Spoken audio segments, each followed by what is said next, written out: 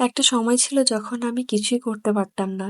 রান্না-বান্না কিভাবে করতে হয়, কোনটা থেকে কোনটা শুরু করতে হয়, কি দিয়ে কি করব আসলে কোনো কিছুই ভেবে পাইতাম না। আর এখন হচ্ছে সময়ের সাথে, সাথে আমি অনেকটাই পরিবর্তন হয়ে গেছে। রান্না-বান্না অনেক ভালোভাবে শিখে গেছি।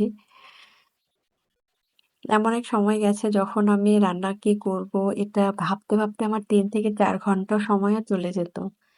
কারণ কি দিয়ে কি করতে হয়, কোনটা থেকে কোনটা শুরু করতে হয় কোনটা আমার ওইভাবে জানা ছিল না। তারপরও আমি সবসময় চেষ্টা করতাম হচ্ছে ভালো কিছু করার। কিন্তু ওই সময় আমার চিন্তাভাবনা ছিল সহজ যে রান্নাটা খুব সহজে করা যাবে, সেটাই আমি সবসময় ট্রাই করতাম। এখন আর ওরকম হয় না। এখন সবসময় বেছে, বেছে ইউনিক কিছু করারই ট্রাই করি। তো যেহেতু আমার মা খালারা সবাই অনেক ভালো রান্না করে, স্বভাবতই তাদের থেকে আমি কিছুটা দেখেছি। আর সেই দেখা থেকে আমার শুরু। আর এখনো হচ্ছে আমি সেভাবে কাজ করতেছি। এখনো কোনো কিছু প্রবলেম হলে আমি তাদের কাছ থেকে জেনে নেই। কারণ আমি এখনো রান্নাবান্না ওরকম অতটা ভালো পারি না। যতটুকু পারি আমি আমার থেকে ট্রাই করি। চেষ্টা করি বেটার কিছু করার জন্য।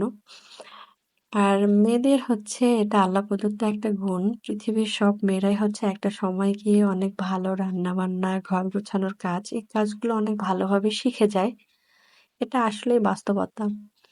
কারণ হচ্ছে সব মেয়েরাই এটা স্বভাবতই পেয়ে যায়। এটা হচ্ছে মেয়েদের একটা স্পেশাল গুণ। আর আমিও সেখান থেকে হচ্ছে আমার রান্নাবান্নাটা শুরু করেছি। এখন মোটামুটিভাবে অনেকটাই করতে পারি। আর কোনো কিছু প্রবলেম হলে তো আছেই আমার আশেপাশের মানুষজন তাদের কাছ থেকে জেনে নেওয়া, তাদের কাছ থেকে জেনে যতটুকু করা প্রয়োজন ততটুকু করার ট্রাই করি। আজকের ভিডিওটি কেমন লেগেছে অবশ্যই জানাবেন। আমার এবং আমার পরিবারের জন্য দোয়া করবেন। আল্লাহ হাফেজ।